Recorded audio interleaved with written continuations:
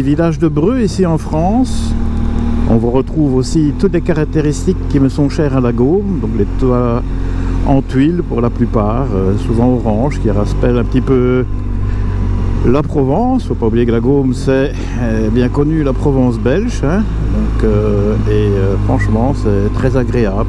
Ça dépayse à quelques kilomètres de chez moi, j'aime bien cette ambiance, un petit peu de chaleur, de calme. En plus les gens ici en Gaume sont très conviviaux et ça c'est très agréable. Ça vaut la peine de venir, c'est une région pas trop connue, tant mieux.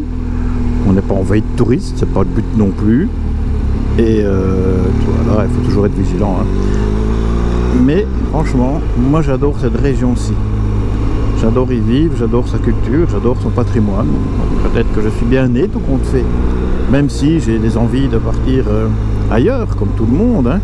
Donc, mais j'aime bien quand même cette région. C'est vert, c'est un peu vallonné, ok, c'est pas les Alpes, hein. Ça ressemble, ça me fait penser un petit peu au Morvan ou bien d'autres régions qu'on a parcouru, je veux dire, par le passé. Et franchement, j'aime bien.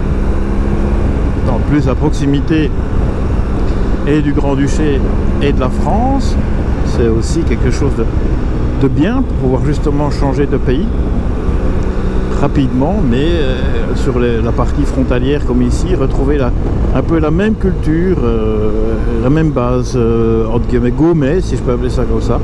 Et ça, c'est très sympathique. Avioth, bon, je ne vais pas vous présenter Avioth. C'est mondialement connu avec sa basilique. Certains disent que c'est une cathédrale.